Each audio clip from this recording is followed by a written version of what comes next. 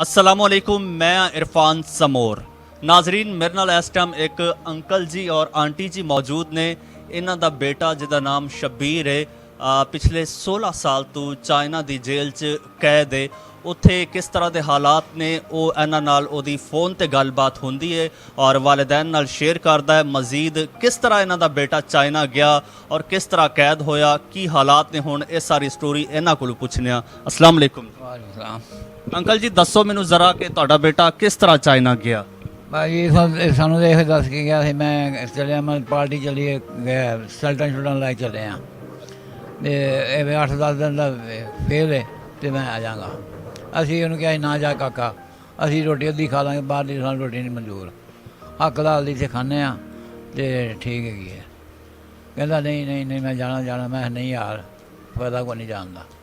माँ ने क्या, माँ ने गुस्से ही वो फिर चोरी चला गया, सानू नहीं दस के गया। फिर 2.5-3 साल बाद फोन आया, मैं चाइना है। असी इसे लभते रहे हैं, उधर जा नहीं। अच्छा, तुहानू 3 साल बाद पता चलिया कि चाइना? हाँ जी, हाँ जी, 2.5-3 साल।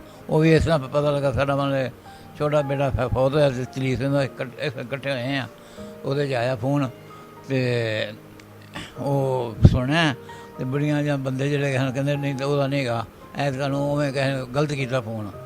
ਕਹਿੰਦੀ ਨਹੀਂ ਮੇਰੇ ਪੁੱਤਰ ਦਾ ਮੈਂ ਪਛਾਣਨੀ ਹਾਂ, ਆਵਾਜ਼ ਮੈਂ ਪਛਾਣਨੀ ਹਾਂ। ਐਸ ਲੁੱਟ ਪੈ ਗਈ, ਮੈਂ ਅਦਾਲਤ ਦੀ ਆਵਾਜ਼ ਨਾ ਪਛਾਣਾ ਤੇ ਨਹੀਂ ਉਹ ਹੀ ਹੈ। ਕਹਿੰਦੇ ਨਹੀਂ, ਇਹਨਾਂ ਬਹਿਸ ਹੁੰਦੀ ਸੀ ਉਸ ਮਰਦ ਦੇ ਉੱਤੇ ਹੀ ਤੇ ਫਿਰ ਖਤਮ ਹੋ ਗਿਆ।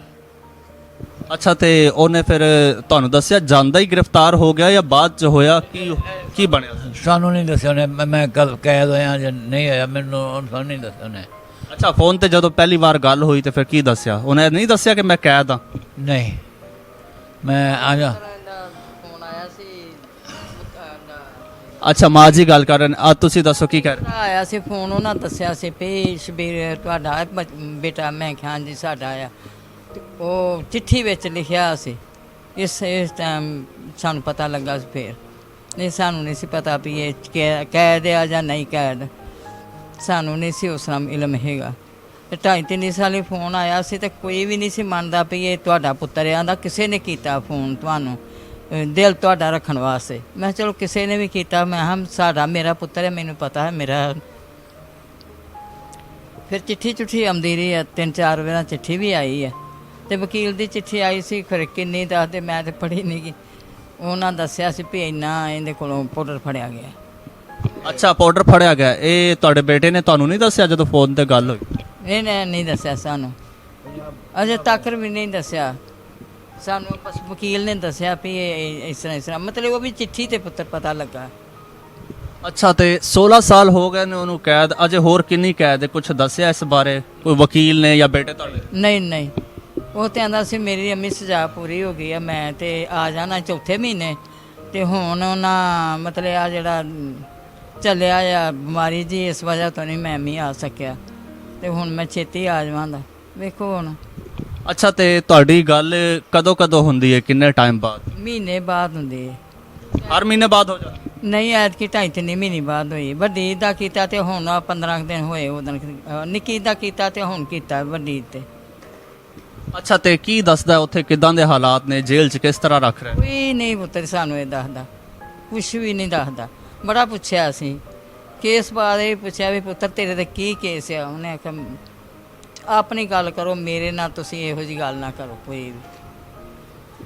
अच्छा, इस दे इलावा कोई इत्थे पाकिस्तानी गवर्नमेंट नाल, किसी सफारतखाने नाल तुसी कोई राबता कीता या बस ਜਿਹੜਾ ਉਹਨਾਂ ਉਧਰੋਂ ਫੋਨ ਆ ਜਾਂਦਾ ਹੈ?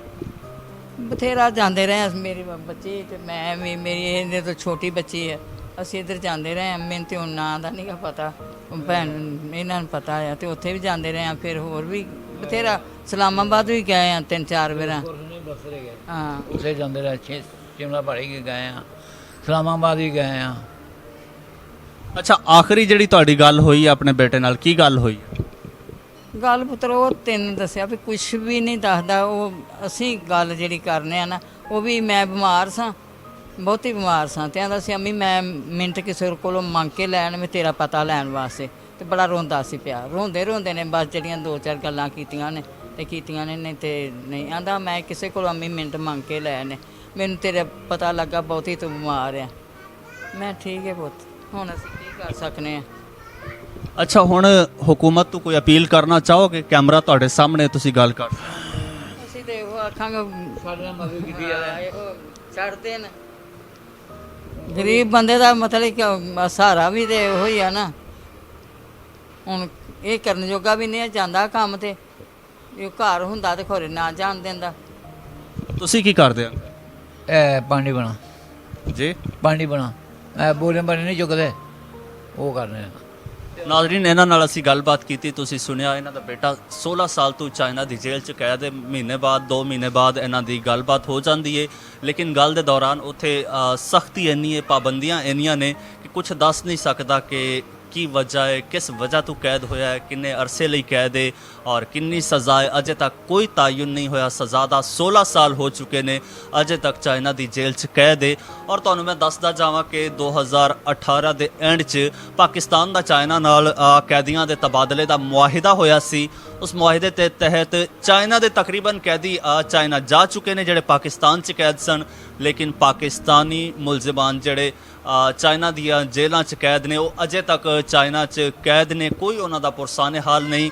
ਔਰ ਇਹਨਾਂ ਦੀ ਵਾਲਿदैन ਦੀ ਵਜ਼ੀਰ ਆਜ਼ਮ ਇਮਰਾਨ ਖਾਨ ਤੋਂ ਔਰ तमाम आला हुकाम तो अपील है कि इन्हां दे बेटे नूं पाकिस्तान वापस बुलवाया जाए। अगर अजे सज़ा रहिंदी है, सज़ा पूरी नहीं हुई तो जिहड़ी बकिया सज़ा है उहदी ਉਹ ਮੁਆਹਿਦੇ ਦੇ ਤਹਿਤ ਪਾਕਿਸਤਾਨ ਦੀ ਜੇਲ੍ਹ 'ਚ ਉਹ ਸਜ਼ਾ ਪੂਰੀ ਕਰੇ, ਤਾਂ ਕਿ ਕਮ ਅਜ਼ ਕਮ ਵਾਲਿदैन ਜਿਨ੍ਹਾਂ ਨੇ 16 ਸਾਲ ਤੋਂ ਆਪਣੇ ਬੇਟੇ ਨੂੰ ਨਹੀਂ ਦੇਖਿਆ, ਐਟਲੀਸਟ ਜੇਲ੍ਹ 'ਚ ਜਾ ਕੇ ਆਪਣੇ ਬੇਟੇ ਨੂੰ ਦੇਖ ਤੇ ਸਕਣ। ਕਿਉਂਕਿ ਚਾਈਨਾ ਦੂਸਰਾ ਮੁਲਕ ਹੈ, ਉੱਥੇ ਵਾਲਿदैन ਬਜ਼ੁਰਗ ਨੇ, ਨਹੀਂ ਪਹੁੰਚ ਸਕਦੇ ਔਰ 16 ਸਾਲ ਤੋਂ ਇਹਨਾਂ ਨੇ ਆਪਣੇ ਬੇਟੇ ਨੂੰ ਨਹੀਂ ਦੇਖਿਆ। ਮੈਨੂੰ ਇਜਾਜ਼ਤ ਦਿਓ, ਅੱਲਾ ਹਾਫਿਜ਼।